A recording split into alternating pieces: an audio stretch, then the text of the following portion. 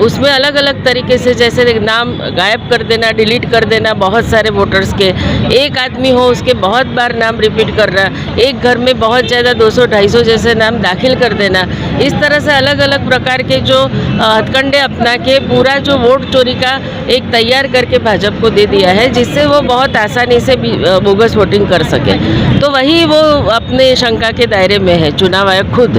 बिहार में आपने देखा ही है कि किस तरह से वोट को काटे गए हैं, खास करके महिलाओं को वोट की बात है। अभी यहाँ पे भी लागू होने की तैयारी शुरू हो गई है।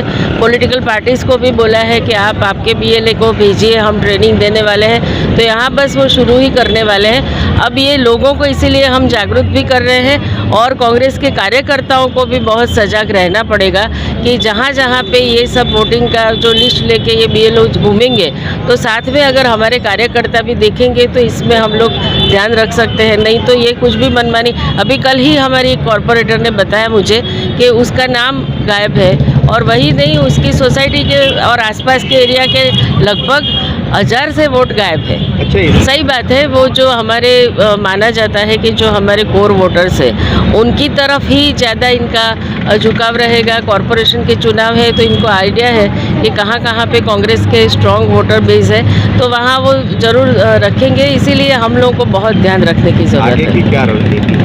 आगे की रणनीति दो चीज़ें, जैसे अभी ये आंदोलन शुरू हुआ है, झुंबेश शुरू हुई है, तो लोगों को भी पता चल रहा है और उसके साथ में कार्यकर्ताओं को भी बहुत सजग रह के काम करना पड़ेगा। नहीं तो हम ये जो बात है वो पूरी तरह से उसको न्याय नहीं दे पाएंगे।